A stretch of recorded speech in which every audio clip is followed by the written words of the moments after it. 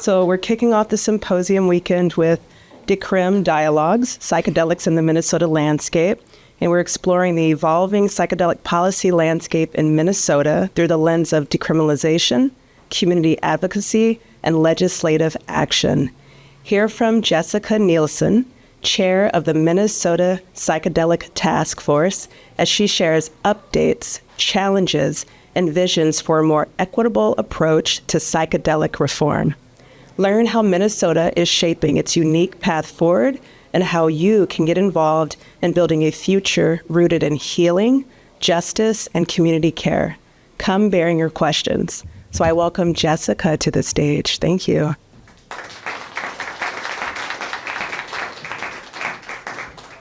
So my name is Jessica Nielson. I'm currently the Innovation Alchemist at Big Psych. I do wear a couple hats in the psychedelic space. So I'm also the president and founder of the Psychedelic Society of Minnesota, which is another local community organization that's really transitioned more recently into advocacy and kind of legislative efforts to change the laws around psychedelics here in Minnesota. As was alluded to before, I'm also the chairperson. I was appointed by Governor Walz to serve on the Psychedelic Medicine Task Force and was elected by the other task force members to chair that task force, which means I had to kind of curate all the content, bring in all the subject matter experts, and wrote the bulk of our legislative report that I'm going to be talking about. And then I'm also an adjunct assistant professor of psychiatry at the University of Minnesota. Next slide, please. All right, hopefully you can see this. If not, just rely on my words. It's going to be a lot of text as I'm just kind of talk about some of the nitty gritty of how drug policy works and what we're doing here in Minnesota to change it. It's a lot of kind of detailed information about drug laws and public safety and regulations and things like that. So bear with me. So this is just a brief outline of what I'm going to talk about today. I'm going to take this off. Hold on. Okay. So just a brief outline of what I'm going to talk about today. So first, I'm just going to give you a little introduction of who I am for those that don't know who I am and kind of why I'm doing this work. Next, I'm going to talk about kind of a broad high-level overview of psychedelics and kind of where are we at in terms of our knowledge of them and what has been happening and what is happening and what do we plan to do in the future. Then I'm going to kind of bring it more local and talk about some of the efforts that we have in Minnesota to change the laws around psychedelics here. And then, so like I said, we introduced this very large legislative task force report that was like 200 pages long. That was designed to really summarize all the legal realities of psychedelics, the scientific literature, the culture, the history, what other states are doing for access programs, and kind of what can we do here in Minnesota to do something similar. So I'm going to be kind of doing a deep dive into the legal realities of psychedelics and the drug laws and all of that. Then I'm going to be talking about some public health and safety issues around psychedelics as access broadens. And then what are some public education strategies that we really need to get people more informed about psychedelics, not only the public, but lawmakers and people actually involved in like changing the laws and implementing regulations around access. And then just different ways that folks in the community can get involved. And then we'll have some Q&A. Next slide, or next. So just some disclaimers. So a lot of the information I'll be presenting is very technical, and a lot of it is not really intended or implied to be legal or medical advice. So these are for educational and informational purposes only. So if you do have any questions about legal stuff or medical questions, please contact a licensed professional in those fields.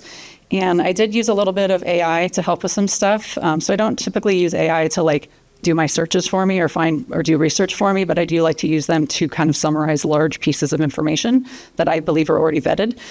So like I said, this task force report was 200 pages long. I wrote most of it, and yet even I am having a hard time sifting through it and coming up with like tangible, digestible pieces of information to share with people. So I did use ChatGPT to kind of summarize some hopefully usable talking points that you guys can take away with to get more involved and understand what's going on in the psychedelic space. Next slide, please. Okay, so just a little bit about me. So next, just have a series of photos. So these are the ones that I made with Midjourney, which is this fun AI service that can make fun images. So I use these to really help promote images when we were like doing the task force work and trying to get people involved. So this kind of represents earlier phases of my identity when I was like first and foremost a psychonaut. I started doing LSD when I was 15. And so that's kind of been a part of my identity for a pretty long time. And my relationship with psychedelics has evolved to now being more of one of like professional and drug policy reform interest rather than kind of doing them myself. Not to say that I don't, but it's really kind of tapered off more as I'm more interested in like making them legal, because I would like to be able to do them, but it doesn't sit right with me that they're illegal. And so it's really like trying to figure out, can I change the drug laws through science? Can I change it through culture? Can I change it through the legislature? And the short answer is yes, but it kind of requires efforts in all of those domains to really move the needle. Next. So then next, when I was in my mid-20s, I decided to become a neuroscientist. So I do actually have a PhD in neuroscience, where I studied the neurobiology of trauma, mainly like brain injury, spinal cord injury, and post-traumatic stress disorder, and really thinking about how psychedelics could potentially be useful to treat these kinds of things. Next slide. In 2017, I was recruited to work at the University of Minnesota here in the psychiatry department. And when I moved here, I didn't see like an obvious psychedelic community. This is around 2017. So I started a Psychedelic Society to make friends, and then kind of build the network around psychedelics, and being able to also have people that I can talk to about doing more research. So the other hat that I wear, next slide, is as a community organizer. So again, when I moved here to start my job at the University of Minnesota, I also started the Psychedelic Society of Minnesota. And next slide. And then, so basically I was able to do clinical research at the University of Minnesota in the field of psychiatry, where I implemented the first psilocybin clinical trial there. And through all of this kind of collective work, that was where I was able to actually be recognized by Governor Walz to run this state Psychedelic Medicine Task Force, given my experience in the community, the fact that I had a PhD in neuroscience, and the fact that I was the only principal investigator in the state legally authorized to give psilocybin to people. Next slide.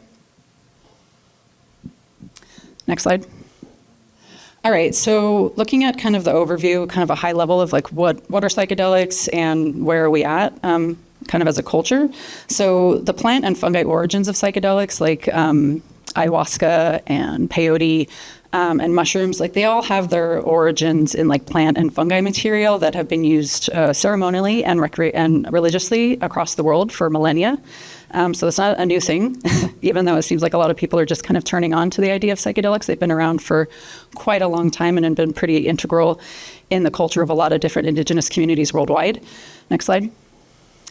But they've been popularized mostly in the West fairly recently along this long history of their kind of knowledge and use in human culture. So around the mid-20th century is when we started to see a lot more activity around psychedelics, you know, magic mushrooms being popularized by Gordon Wasson going down to Mexico and taking mushrooms with Maria Sabina. LSD was first synthesized in the 1940s. There was obviously a lot of psychiatrists interested in the 50s and 60s looking at LSD and psilocybin for things like alcohol use disorder and to help understand psychosis patients. The government was interested in them. If folks are familiar with the CIA doing LSD experiments on prisoners called MK Ultra, it was highly unethical. But it was something they were doing because they thought it could be used as a mind control thing or to make like super soldiers. It didn't really work that way. Next slide. And given the fact that it was also part of like this hippie counterculture movement, there was a lot of really intense activity happening that I think the government at the time thought was a massive public safety issue. And so to kind of crack down on that, they initiated the Controlled Substances Act in 1970, which made a bunch of different drugs, including cannabis and psychedelics, Schedule I, meaning that they're the highest level of illegality and they have no accepted use in any kind of setting whatsoever, and anybody that engages with them is a criminal. Next slide. So this basically shut down all the promising research that was happening at the time, but slowly things started to pick up. This started in the early 1990s. Rick Strassman was authorized to do the first clinical trial with dimethyltryptamine around like 1993 or 1994, I believe. And if some folks are familiar with DMT, the spirit molecule, that's basically what that book and subsequent documentary are based on. It's this kind of innovative trial that was done in the 90s with folks. Next slide. But just want to give some reality checks on the fact that psychedelics are illegal. They're federally illegal. Even if people are using them and talking about them and all of their benefits, the government still doesn't recognize that they potentially have therapeutic potential that warrants rescheduling and access. So the only legal way to access psychedelics right now is either through research and clinical trials or in very restricted use cases when the DEA gives explicit exemption to churches that use them as a sacrament. Next slide. So we are seeing more state access programs popping up, which is interesting because, like I said, they're still federally illegal. But just like we have medical cannabis programs, states are now starting to pass legislation that's actually broadening up access to psilocybin programs so that states like Oregon, Colorado, and now more recently New Mexico have legalized basically medical access to psilocybin. Next slide. And this is kind of all happening in tandem with this decriminalized nature movement, the idea that if it grows in nature and you can kind of cultivate it yourself, it shouldn't be illegal. There's just kind of this assumption fundamentally that things that are natural are safe, and we should, as humans, have the right to access these things for cognitive liberty and whatever we want to do. So there's this big movement to just, at the very least, decriminalize their possession so that people can engage with them on their own terms. Next slide. There is some attention and kind of movement at the federal level of like trying to invest more money into research to look at the therapeutic potential. So the Department of Health and Human Services, which runs the Food and Drug Administration, they've expressed a lot of interest in psychedelics, and this has spanned multiple administrations. Even the VA is showing some interest, and the military. But we still don't have a whole lot of funding being allocated towards this or any kind of changes in policy or regulation at the federal level. So it's still kind of just a discussion at this point, but there are signals that maybe, things are like turning and there might be more approval and more access. Next slide. And communities like this are starting to pop up all over the world. There's a group called the Global Psychedelic Society. So our Psychedelic Society is kind of one chapter of this larger organization. These organizations exist all over the world. And there's kind of this term that was coined by, I think it was either Terence McKenna or Timothy Leary, that's sort of like find the others, that no matter where you are in the world, you're probably going to be able to find some other people that are interested in psychedelics. And so do what you can to find your community wherever you are. If you're traveling, you could probably find some folks to hang out with and get connected to your local psychedelic community because we are truly everywhere. Next slide. Okay, so what's happening in Minnesota? Next. So in terms of kind of legal things that have been happening that are trying to move the needle forward, that I've personally been involved with are initiating, like I said, the first psilocybin clinical trial at the University of Minnesota that began enrollment in the summer of 2021. And we wrapped up that study in the summer of 2023. And I've presented on the results of that at several conferences, and there's going to be some papers forthcoming. Next. In summer of 2023, we got the mayor of Minneapolis to sign an executive order to deprioritize entheogens. So entheogens is just another word for kind of the naturally derived psychedelics that have maybe more of like a religious or ceremonial use to them historically. So it's just another kind of term for psychedelic medicines or plant medicines. And so basically what this means, deprioritization is not legalization. It's not the same as decriminalization. It basically was like the mayor saying that the Minneapolis Police Department are not allowed to go out of their way to enforce people using psychedelics. That doesn't mean that you can't get cited or arrested for having psychedelics or using psychedelics or distributing psychedelics, but it can't be the primary reason they stop you. But if you're doing something else that's a crime and they arrest you for it, they could also tack you with a drug charge. So just be mindful of that it's sort of like they're looking the other way, but it's not necessarily condoning it. Okay, next.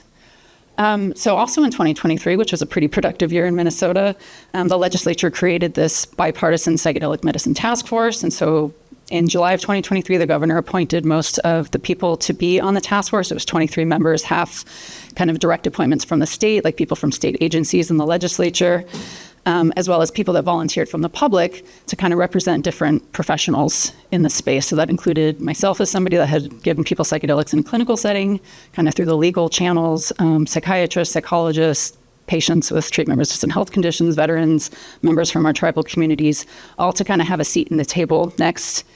And for 14 months between November 2023 and December 2024, we met monthly in these public open meetings that we had to discuss all of the things that we were tasked with by the legislature to investigate.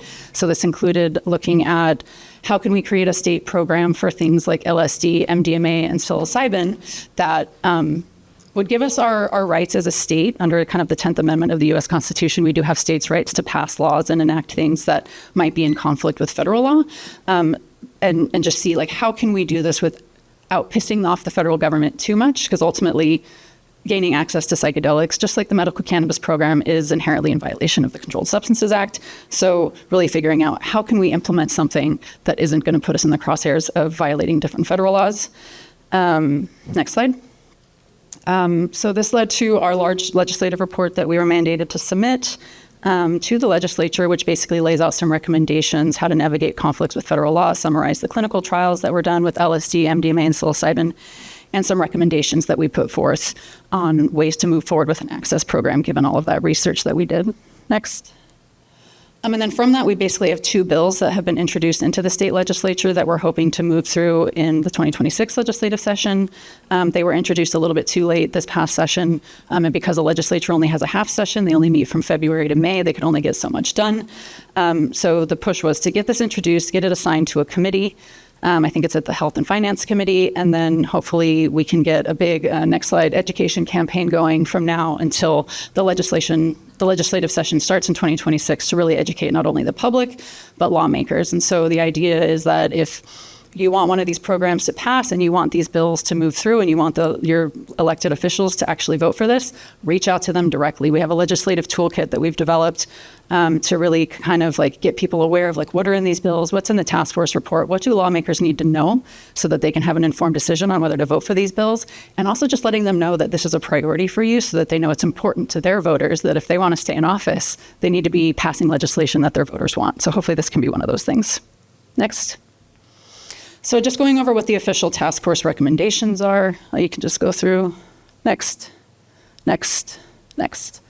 All right, so basically we decided through like a democratic process that we needed a 2/3 supermajority vote of task force members to pass anything that would be considered an official recommendation, which might sound a little weird, but it does actually pull a lot of weight when the legislature is considering some of these things, knowing that this whole process was convened and that this process endorsed some of these recommendations through the majority of the task force members. So there was 3 of those that passed. One was to create a state-regulated clinical program for the therapeutic administration of mushrooms. The other was basically to decriminalize possession and use of psilocybin mushrooms at the state level, and then to allocate funding for more research. So this doesn't really change anything. It's just basically allocating money to do more of what people are already doing with these clinical trials with psychedelics. Next slide. Next. Can you just go all the way through? So even though we had additional recommendations that are in our report, and we have a very detailed plan on how to implement them, but they didn't kind of pass this high bar of the supermajority, although most of them did pass the simple majority. So if that was our criteria going in, then these might have been official recommendations, but that included additional things around not only allowing possession and use of psilocybin mushrooms, but also cultivation, removing criminal penalties for some of the synthetic psychedelics like LSD and MDMA. This was the least popular one, mostly I think because people were a little uncomfortable with the synthetics versus the naturals. So I think that's where we saw that kind of discomfort come in on like, how are we actually going to make LSD and MDMA in the state? The other one that surprisingly almost passed, it was 1 vote shy, was to create a state-regulated program for MDMA and LSD instead of only magic mushrooms.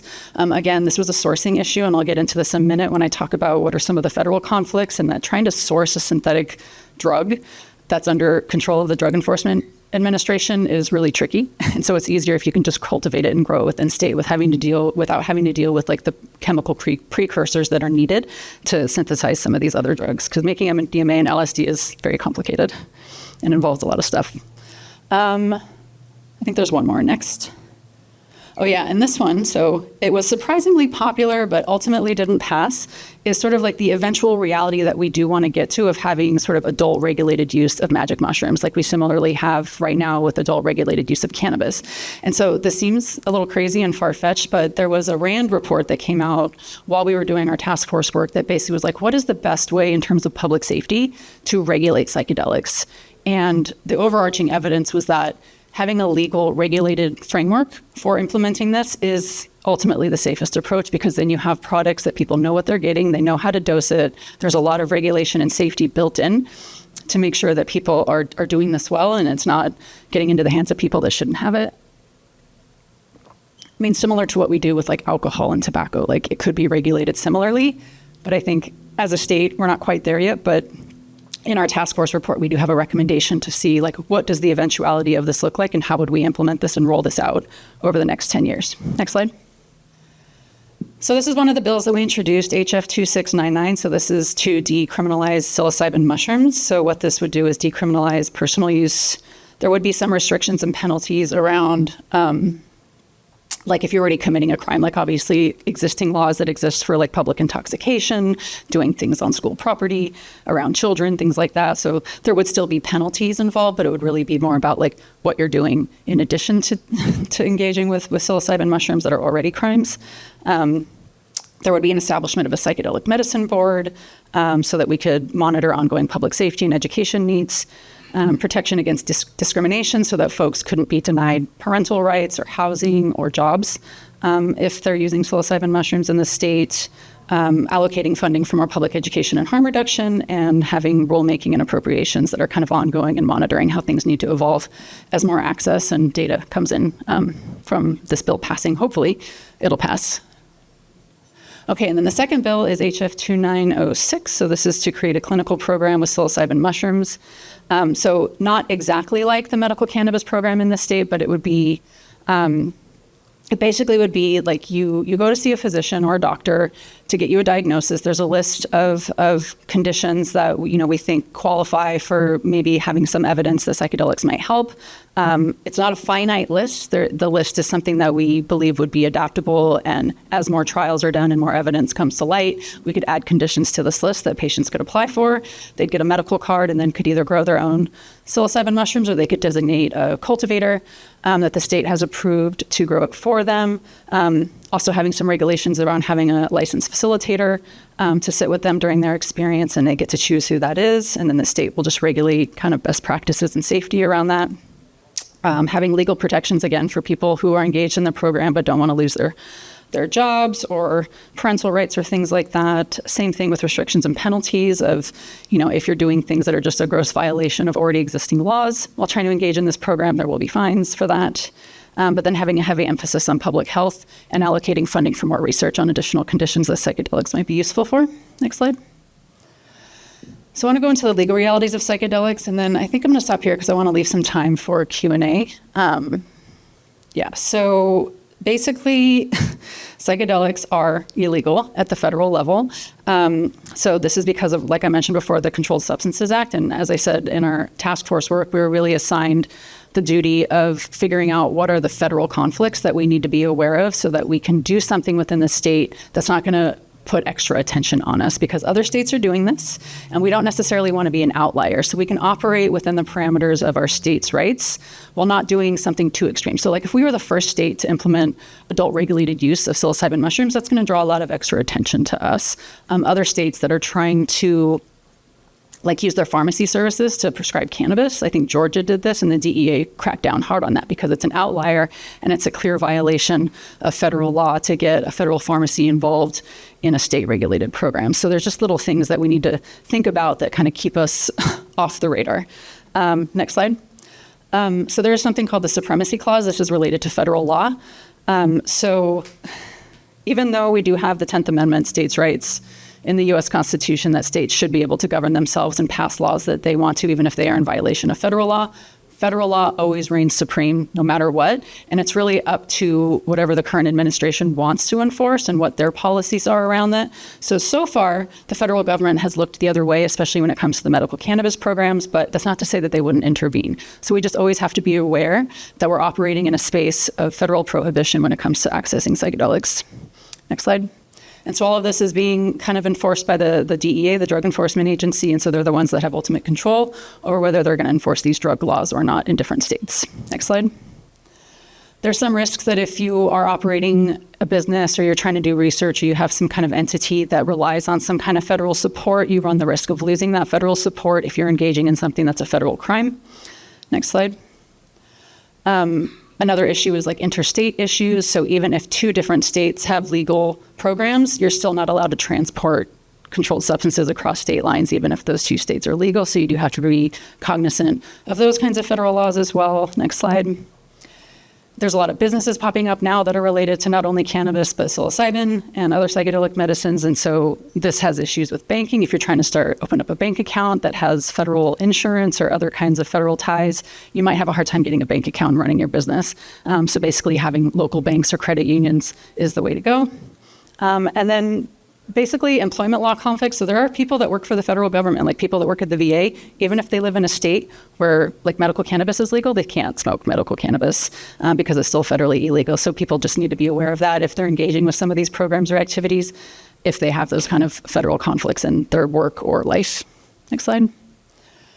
So some of the best approaches to this, and then I'll close out and take Q&A, is basically to keep any systems that we're going to be developing in the state within the state. So we call these closed loop systems where you cultivate, you regulate, you test, you have all the business, everything related to the program is done within the state. And that way you're kind of not pissing off some of these like interstate laws that might draw extra attention. Next is having these state licensed, highly regulated frameworks. I bring this up because a lot of states are doing this, and we saw some success with medical cannabis where the federal government right now has been evaluating whether to reschedule cannabis from Schedule 1 to Schedule 3 based on the data that are coming out of these state medical programs, the ones that have very carefully collected longitudinal data of who they're registering, what are the side effects, how much engagement are they getting, how much is it helping people, what is the risk to public health and safety, and using that as evidence to say there is accepted medical use, which is kind of one of the criteria for taking a drug off Schedule 1. Even though it hasn't passed an FDA clinical trial, there's still the ability for doctors to say, we endorse this as having medical value. And so they've been leaning on the states for that. So if we can get ahead of this as a state and kind of do something similar with some of these medical psilocybin programs, it might go a long way to change the conversation federally. Next, another way to do that is obviously just to keep providing access to people through the legal channels of clinical trials, which we're already doing. It just requires more money. Next slide, having clear separation from federal funding, explicit public health goals to make sure that we're not just trying to give hippies more access to mind-altering drugs, but really trying to think of this as something that's actually going to promote health and wellness in our citizens. Next slide. Next slide.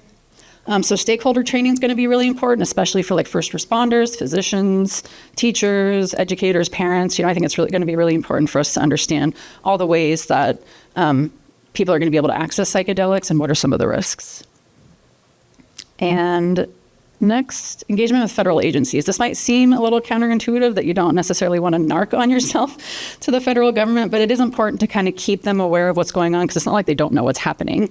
But just kind of keeping open dialogue with them, being transparent, and really getting a sense of like, are their policies shifting? Are their enforcement priorities shifting to help give us a heads up on whether we need to be clamping down or if things are getting more relaxed? Can we implement more things that then will kind of help hopefully bridge that conversation, because I think ultimately the goal is to provide enough of a groundswell of support from all the different states to have the conversation change federally, because until these things are rescheduled federally, it's always going to be illegal. Last slide, and then careful banking strategies, as I said before, like making sure if you are doing anything related to this, that you're not doing it in banks that have federal attachments. All right, and I think I'm running out of time, so I want to leave time for Q&A. So if we could just go to the very last slide. Yeah. Okay. So let's stop here. One more. Okay. So I kind of breezed through a bunch of like public health and safety risks. So basically, there's a lot of things going on where people are trying to access psychedelics. People don't understand necessarily what is and isn't legal. There's a lot of hype in the media about them being like magic bullet cures for a lot of different things. And while they do offer people a lot of hope, there's still a lot that we're trying to figure out kind of scientifically about what psychedelics can and can't do. We're doing all of this within, a world of prohibition where there's always the risk of federal involvement and law enforcement cracking down. And then you have a lot of people that are kind of coming into the space to, be quote unquote facilitators for people and kind of offering up this promise of healing, while maybe not necessarily having the best intentions of their clients. And so, the Psychedelic Society is really aimed at trying to promote harm reduction and education. And unfortunately, we've been getting a lot of complaints over the years about local facilitators that are not necessarily acting in good faith and potentially harming people and kind of exploiting people's, for lack of a better term, desperation for something to help them. And it's starting to become concerning. And I just want to make sure that people kind of understand what their rights are when it comes to this, because I know it can be confusing to like work with psychedelics and knowing that you're inherently committing a crime by doing psychedelics. And if something happens to you while you're in that setting, there may not be as strong of an incentive to come forward and speak out if some harm was caused to you, because then you have to admit that you were doing something illegal in the first place. And I know law enforcement don't necessarily treat drug users with a lot of compassion, so it's a tricky space to be in. But I do want to say that if you witness or you experience something where someone is taking advantage of you or advantage of somebody else, please let somebody in the community know, because it's starting to happen more and more as there's more access, more people are becoming interested and looking for anyone to help. And we just want to keep the community safe and informed and make sure that people are acting in good faith in the best interest of people and not trying to like promote their own business or whatever. And so just in the space, there's a lot of gurus and neo-shamans and folks committing a lot of things around cultural appropriation and borrowing from lineages that they're not from. And folks in the indigenous communities are really, really upset about all of this that's happening, not only because of the harms that they're caused, but they're basically having all of their practices used for people to start businesses and create these access programs without any kind of reciprocity and payment, frankly, towards, a lot of their work and effort that they've stewarded for a long time. So just having some cultural humility, an eye towards safety, and really just kind of community awareness about who are the good and bad facilitators in the community. And hopefully we can, for lack of a better term, police ourselves, but just know that if something does seem egregious and is a blatant crime, like, don't be afraid to report that to the cops. Even though I don't want to be a narc, I do want to make sure that people are safe and feel that they are able to advocate for themselves or their community. Okay. So different ways that you can get involved. So basically, what we need is more people kind of talking about this and being an advocate. Talk to your friends, talk to your neighbors, talk to your local politicians, talk to a cop if that doesn't feel weird. You'd be surprised. A lot of people are actually feeling a lot more open-minded about this, but we just need more people to normalize the conversation so it's not such this fringe topic. We're always looking for people to help create content, whether it's hosting events or creating educational content or various other types of things. Like, we really do need more boots on the ground to help get the word out. Obviously, attending more events, building community, getting connected with your local mutual aid networks, and then helping to fundraise. A lot of this stuff is done by a lot of us for free, pro bono, because we love it and we want it to be legal, but it is hard work and it helps when we get paid for that work. And additionally, familiarize yourself with your elected officials and reach out to them frequently and let them know what issues matter to you and help them get some of these bills passed that I mentioned, because we really want to change the laws here so we can broaden access and have more freedoms here and not go to jail for wanting to be psychonauts. So you can find all that out at the psychedelicmn.com website. There's a whole tab that says Psychedelic Medicine Task Force. So I have links to all the meetings that we had, the public meetings of the task force. There's links to the bills that were submitted into the legislature. There's the task force report, all the news media that's been built around it. And then there's a legislative toolkit. You'll see a link to it that's basically a Google Drive that's got a one-page summary of the task force report, and then kind of like an online tool that you can use to type in your address and find who your local representative is, and then you can go to their website and contact them and their legislative aid. And if you have any other questions or comments, you can email me at psychedelicmn@gmail.com. And thanks for your attention. I'll take questions.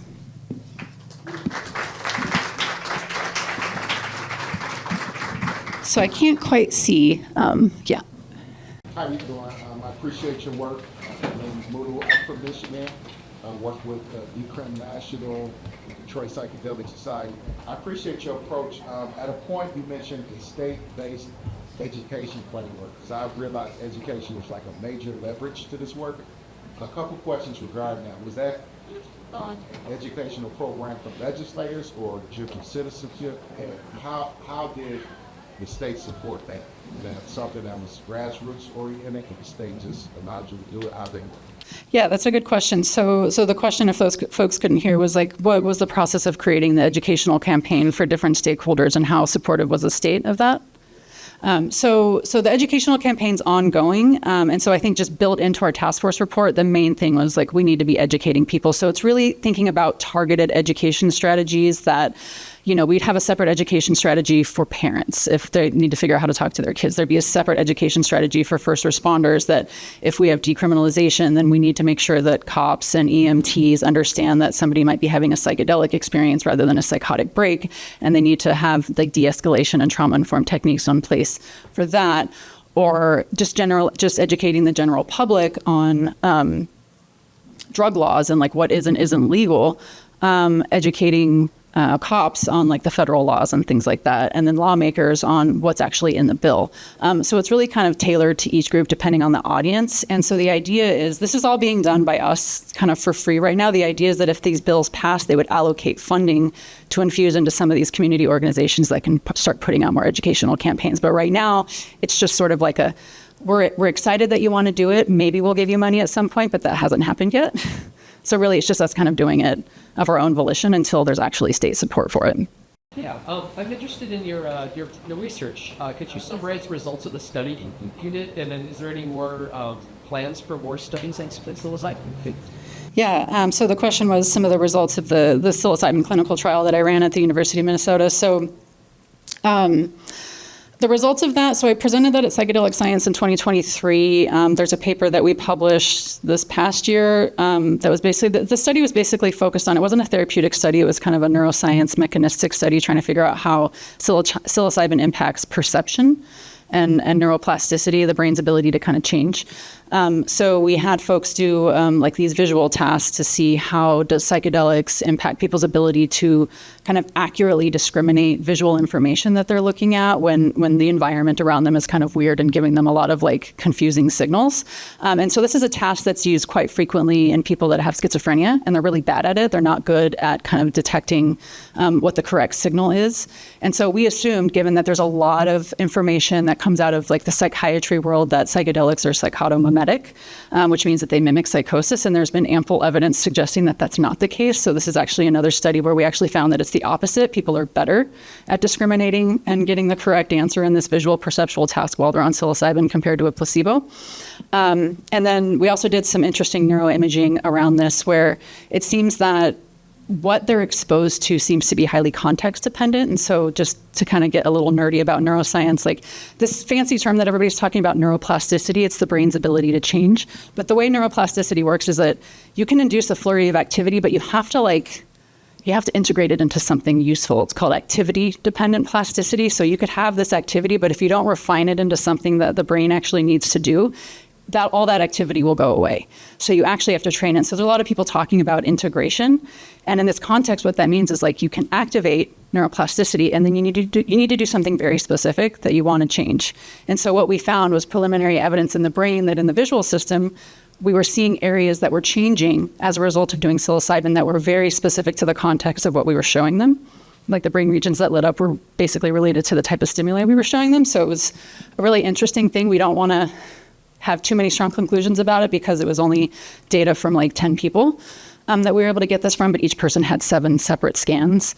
So we have a lot of data from them, but basically we would want to test this out more with more people and looking at sort of different contexts, and do we see the same level of change within that specific context? So stay tuned for that. The research at the University of Minnesota is not going to continue because unfortunately I had to leave my job. I couldn't get the study funded. I was on the tenure track there, and they didn't really want me doing psychedelic research, so I eventually just left because it was too stressful. So I'm trying to get more research going through the Psychedelic Society of Minnesota. We're a 501c3 nonprofit, but we also need money to do that. So trying to figure out how to get more fundraising for us so that we can implement doing this clinical research again, but not at the university.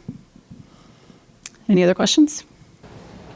Yeah, one thing I've been seeing pop up in Minnesota, like people kind of trying to take advantage of like this kind of wellness. Psilocybin, trying a lot of like gas station gummies and stuff going out. It's like essentially like unregulated, a lot of times like amphetamine, stuff like that. Like working in like the addiction medicine field, a lot of my clients will take those skincare psychedelics and have really bad experiences. And I feel like it's given like kind of bad range. Overall, is that giving away the research? Is that like a concern at all? Yeah, so the question was about the kind of unregulated mushroom chocolates that are being sold at gas stations that don't really have psychedelics in them, or they have amanita And is that impacting the research? I would say it's not impacting the research per se, because like the research is its own, it's valid, it's rigorous, it's being done through proper legal channels. I think what it does hurt is the questions and conversations around public safety and decriminalization and expanding access kind of in like a more communal setting that we're really trying to push, because 95% of people that engage with psychedelics are doing so in unregulated underground communal ceremonial settings, not in this like clinical trial research space. So I think it basically sends a bad message that like mushrooms are bad, these things are dangerous, this is why we can't have these out there.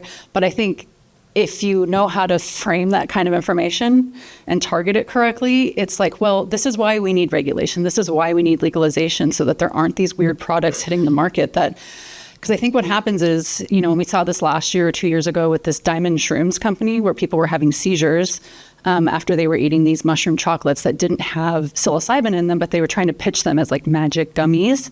And so they put other kind of psychotropic or psychoactive substances that aren't technically controlled or illegal, but we also don't know if they're safe for human consumption.